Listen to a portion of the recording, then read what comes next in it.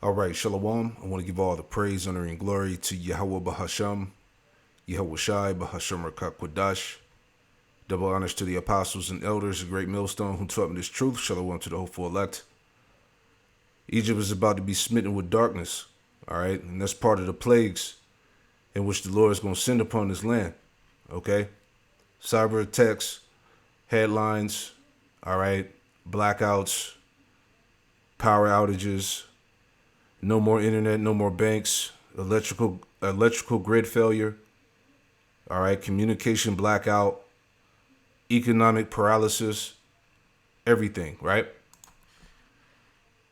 Exodus 10 and 21, darkness over the land, all right? Just as it happened in ancient Egypt, it's going to happen in spiritual Egypt, America, Exodus 10 and 21.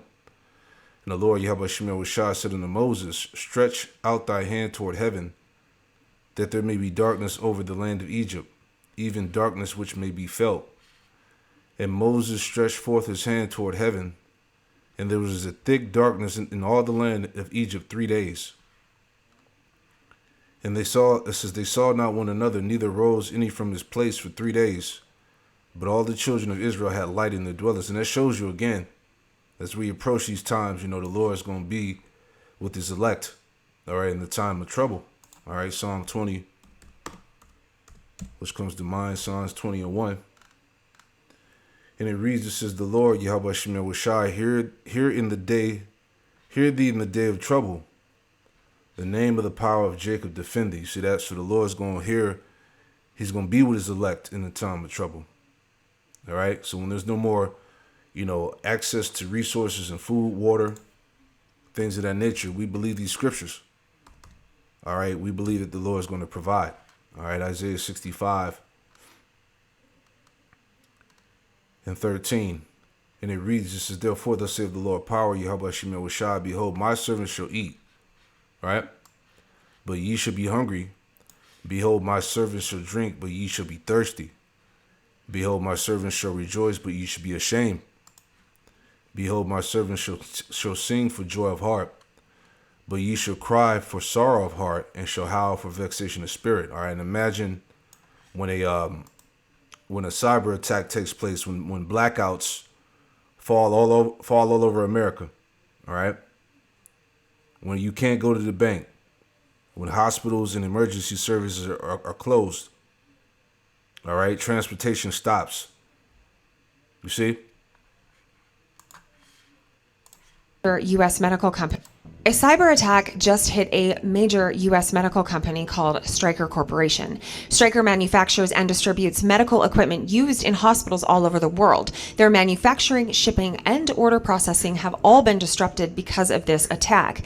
Now, why am I telling you this? Because there are a couple things about this situation that I feel we should be paying attention to. Our entire economy today is almost completely digital. Payments, banking, supply chains, hospital infrastructure, almost everything that we rely on is connected to digital systems. I also can't ignore that Klaus Schwab once talked about how a large-scale cyber attack could have an impact even bigger than many global crises. Pay insufficient attention to the frightening scenario of a comprehensive cyber attack, which would bring to a complete halt to the power supply, transportation, hospital services, our society as a whole. The COVID-19 crisis would be seen in this respect as a small disturbance in comparison to a major cyber attack. Now, according to some cybersecurity researchers, the reason that Stryker may have been targeted is because the company has business ties connected to Israel. So this isn't just a random attack. But here is something else that I have been looking into this week, because I've always feared that this may happen, and I started noticing this. Over the last couple of months, one of the largest investment firms in the world, BlackRock, has been investing heavily in infrastructure, power grids, energy systems, AI data centers, airports, critical infrastructure. And the CEO of BlackRock, Larry Fink, has heritage, strong global financial influence, and sits in many of the same international circles and organizations like the World Economic Forum. At the same time, the central bank in Sweden, one of the most cashless societies in the world, is now warning people to keep cash on hand in case digital systems go down during a crisis. My pattern recognition could be off, it might not be. But if the grid does go down, if digital systems go down, almost everything in our daily lives stops working. It's better to be prepared than not. I'm not going to say that it's happening tomorrow, but I do think that it is something that people should start paying attention to. I do firmly believe that we are going to see this happen in our lifetime. So pay attention, especially to what's happening all over the world and in the European countries, because they are just steps ahead of us. See, so when an event like this takes place, all right, life is going to come to a complete stop. All right. Again, these are the plagues that the Most High is going to send upon spiritual Egypt, America. Okay. As he did before. 2nd Ezra 15 and verse 10.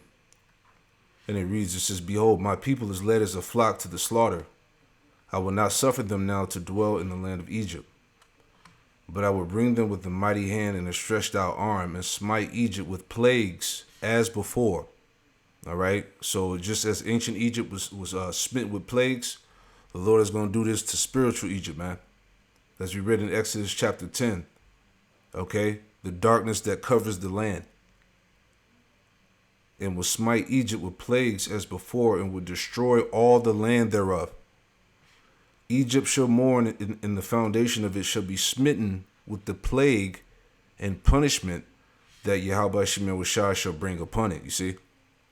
All right, and as we read in 2nd Ezra 16, the scriptures talk about how the plagues slack not a moment. All right? Verse 13, they that till the ground shall mourn, for their seed shall fail through the blasting and hail, and with a fearful constellation. Right? Woe to the world and them that dwell therein, for the sword in their destruction draweth nigh, and one people shall stand up and fight against another, and swords in their hands. So when society collapses, there's going to be uprisings, man. There's going to be chaos, revolutions. Okay? For there should be sedition among men, and invading one another, and they should not regard their kings nor princes. In the course of their action shall stand in the power. Right? When there's no more law and order, when the grid collapses, that's all she wrote. Okay? People are going to be fending for themselves. Okay? Their actions are going to stand in their own power. They're going to do what they want to do. There's going to be lawlessness. And men should desire to go into a city and should not be able. For because their pride, the city shall be troubled, the houses shall be destroyed, and men shall be afraid. Right? It's going to be an absolutely terrible time, man. Okay? A man shall have no pity upon his neighbor, but should destroy their houses with the sword, and spoil their goods because of the lack of bread and for great tribulation. All right, don't forget about the supply chain. Okay, the grid going down. That's going to contribute to famine. All right, more shortages. All right, we're all at the beginning of these stages happening now. All right, this is from Collapse News. Just to add on to this topic, the invisible war, how a cyber attack could plunge your city into darkness. You see, it's the spirit. All right, the plague of darkness that's getting ready to happen. Cyber attacks are real and an immediate threat to the power grid. Incidents like the Ukraine grid hack prove that digital assaults cause severe, tangible blackouts, potentially collapsing vital systems in moments. A grid failure would trigger a cascade of societal breakdowns. Loss of power would quickly disable traffic lights, cellular networks, ATMs, gas stations, and supply chains, creating a full-scale crisis. All right? Preparation must happen now before a crisis strikes, and how we're preparing is through the spirit and power of Yahweh Shemel Rashad, man. Okay, equipping ourselves with this wisdom. Okay, covering ourselves with the spirit of Yahweh Shemel Rashad, man. All right, Psalms 91 comes to mind, right?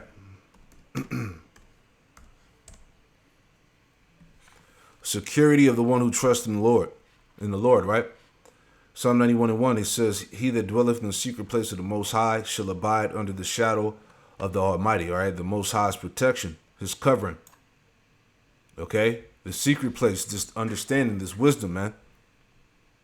Okay? I will say of the Lord, he is my refuge and my fortress, in power in him will I trust, all right? And that's all we have, is our faith as we go into this time. Trusting and knowing that the Lord is going to provide and protect. Okay?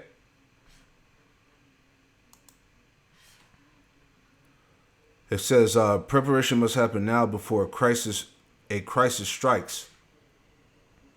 It says because cyber attacks are stealthy. Let me read that again. It says because cyber attacks are stealthy and offer no warning. Building resilience resilience during peacetime is critical. Key preparations include securing communication, cash, and basic supplies, having backup lighting, a satellite phone, physical cash, and at least 2 weeks of water, food, and medication to operate independently. Individual preparedness is the last line of defense. While institutions work to secure the grid, each household needs a plan that assumes digital systems can fail, ensuring they can withstand the chaos. All right, and this is the trust in Yahweh Shem Yahushai. All right, Isaiah 33:6. Isaiah 33:6, and wisdom and knowledge shall be the stability of thy times, and strength of salvation, the fear of the Lord, Yahweh Shem Yahushai, is his treasure, right? So this word, this wisdom, is going to be the stability of thy times when we have to go through this. All right? Do you know the Lord, and does the Lord know you? Right? Let's go into prepping. Cyber attacks are now a dangerous reality, as we just watched the video. Okay, this power grid is vulnerable to be taken down. All right. Let's see. Food prices will skyrocket. Yep, we've been talking about that all week. Okay, so that's the point there, man. It's getting ready to happen. I like to do the parallels of what happened, back then and what's going to happen now. All right, dealing with the power grid, cyber attacks, the plagues of darkness. Okay, the plague of darkness over the land, right? It says many analyses say the modern equivalent of darkness is a technological society would be a mass power outage or cyber attack. Possible effects if power and networks were shut down. Number one, electrical grid failure. Cities go completely dark. Transportation stops. Hospitals and emergency services overwhelmed. Number two, communication blackout. Phones, internet, and banking systems fail. Like I said yesterday, if they cut the internet, there goes the economy. Phones, internet, and banking systems fail. Panic spreads because people cannot get information. All right, that's why we read Isaiah 33:6. Wisdom and knowledge should be the stability of that time. All right, when there's no more access to anything, it's going to be you and the Lord. All right. Number three, economic paralysis. Stock markets freeze, supply chains collapse, ATMs and digital payment systems stop. No more banks. All right. In a modern nation, electricity is the backbone of everything. So darkness today would mean technological paralysis. All right. Prophetic connections some teachers make. Amos 5:18, the day of the Lord is darkness and not light. Isaiah 60:2, darkness shall cover the earth and gross darkness the people. Joel 2:2, a day of darkness and gloominess. The theme is that great powers can suddenly be thrown into chaos before major prophetic events. All right, and there you go. Another pattern in the last days. There's also a pattern seen throughout Scripture. Judgment falls on a powerful nation. Confusion and darkness spread. God separates his people. Deliverance follows. Just as Egypt collapsed before Israel was freed, some believe future global crises could precede major prophetic fulfillments, right? So there you go, man. The judgment of the Lord is coming. All right. The Most High is about to plague this place with complete darkness. All right. Again, keep your head on the swivel. All right. Redeeming the time because the days are evil. Shalom.